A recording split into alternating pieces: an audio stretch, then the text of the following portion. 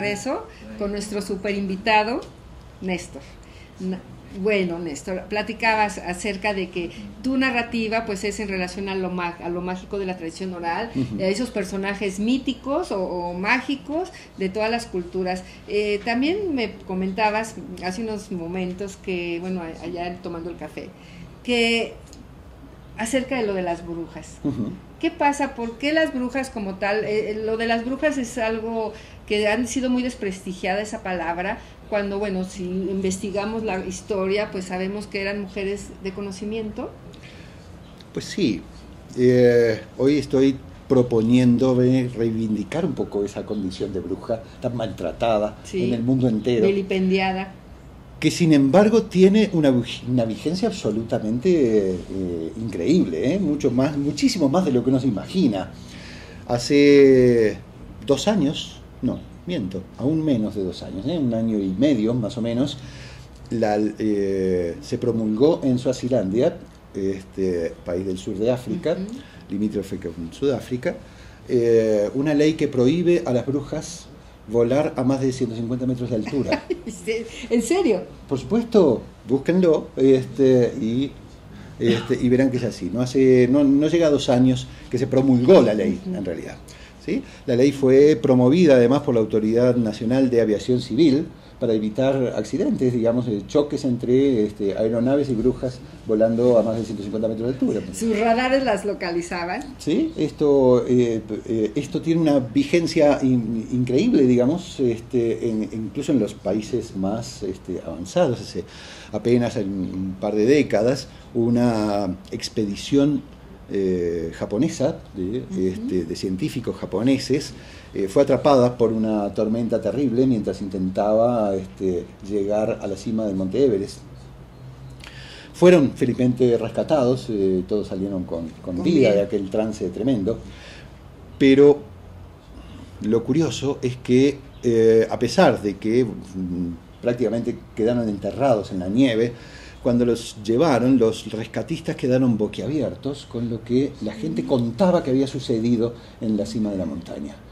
Cada uno de aquellos renombrados científicos japoneses narraba prácticamente la misma historia. Decía que claramente, en el medio de aquella ventisca que prácticamente los estaba matando, vieron la cabeza de una mujer volando por sí sola y riéndose con una carcajada sonora que les heló la sangre mucho más que la nieve que los estaba matando.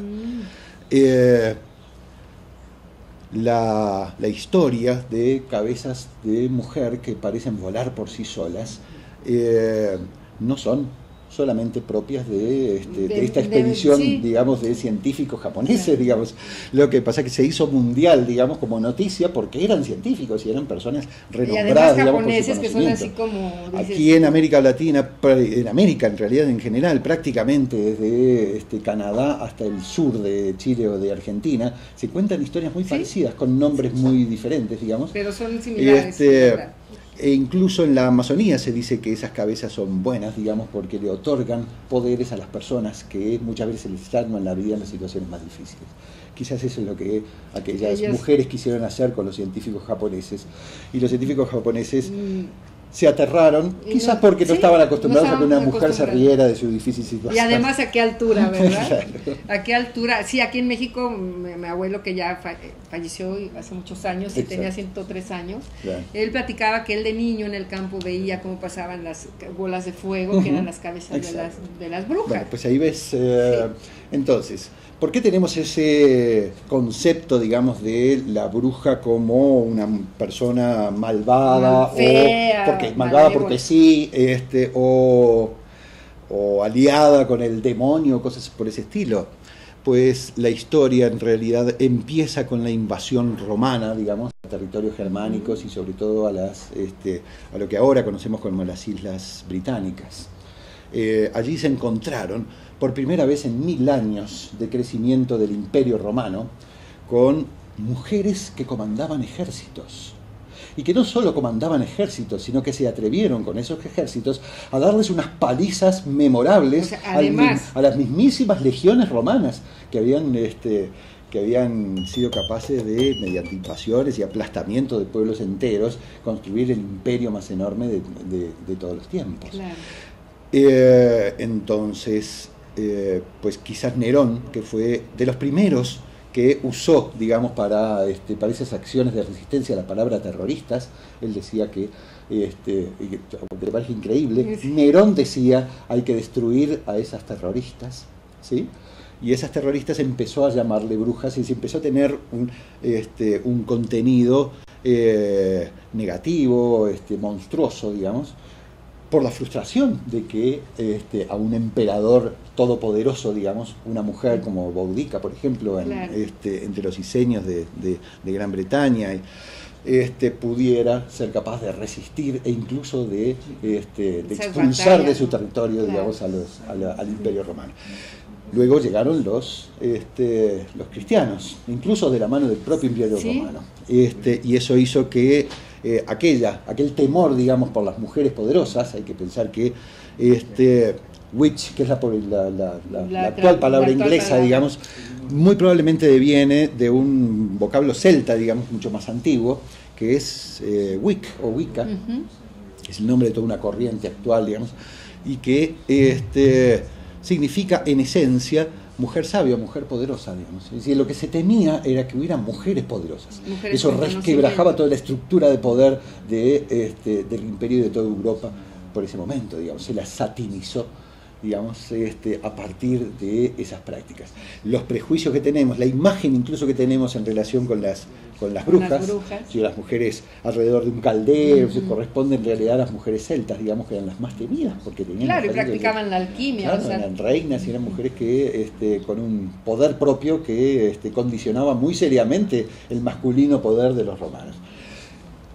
Con esa carga terrible, digamos, en el medioevo la Iglesia Católica comenzó a perseguir a las mujeres de sabiduría. No a las, atento, no a la sabiduría ni a quienes apelaban a la magia, porque los brujos en la misma época claro, eran personas apreciadas. No existía un rey que no tuviera sus propios brujos, digamos. Su propio mago, su propio... El problema eran las brujas, no los brujos, ¿sí? Porque las brujas cuestionaban mucho más que el conocimiento vulgar, eran digamos, las mujeres de poder. Eran las mujeres de poder el problema. Y esas fueron las específicamente perseguidas.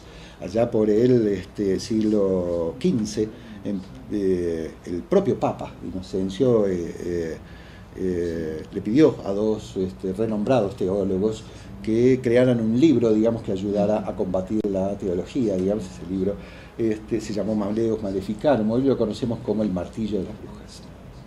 Y fue la guía, digamos, que construyó los cimientos de nuestros prejuicios actuales en torno a las brujas. Cuando los europeos llegaron a América, llegaron, imagínate, con toda esa carga de prejuicios monstruosos, y se encontraron con que en América sí había montones de mujeres poderosas, claro, de una diversidad tan magnífica, tan multicolor, como, ¿no?, todo, claro, como la diversidad misma cultural de América Latina. Se encontraron desde, machis entre los mapuches, digamos, mujeres que eran las que conservaban la esencia del conocimiento y de la magia de su pueblo, hasta, personajes femeninos como Llorona, digamos, o Calchona, como decíamos recién, o Siguapas en República Dominicana, Espanto, Femenil, Patasola, sí, claro, siempre eran mujeres que aterran a los hombres, digamos, y que a menudo persiguen a los hombres. Y ojalá siga siendo así. Qué bueno, en Boyacá, en Colombia, dicen que las brujas de noche tienen la capacidad de dividirse al medio, a la cintura. Y entonces los pies quedan en su casa y la parte de arriba se echa a volar, digamos, se convierte en chulo, dicen, que es un pájaro negro, un pajarraco, digamos, muy temido allá. Y yo decía, qué magnífico poder tienen esas mujeres de echarse a volar sin dejar de tener los pies en la tierra. Exacto, ese es mucho simbolismo. Ojalá tuviéramos nosotros todos ese conocimiento genial. Hacia el cielo y subir, y no hay límites, pero siempre los pies en la tierra. Exacto.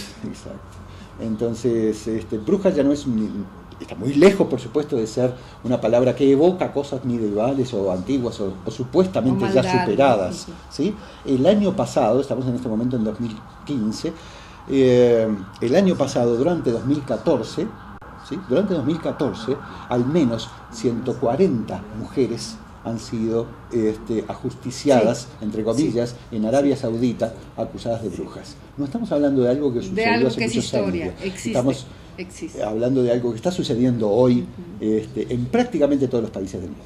Sí, sigue, pues qué interesante, y va a estar, bueno, ya tu investigación es muy rica en relación a esto de lo de las brujas, y pues vamos a estar atentos para todas tus narrativas. Excelente. Por favor, Néstor, a nuestro auditorio, que ya nos vamos a ir, platícales o diles dónde te pueden contactar, dónde te pueden ver tus programas, tus libros, claro. Por favor, infórmanos. Bueno, mis libros, tanto los ensayos como los libros, digamos que intentan dignificar y compartir historias mágicas de tradición oral de prácticamente toda América Latina.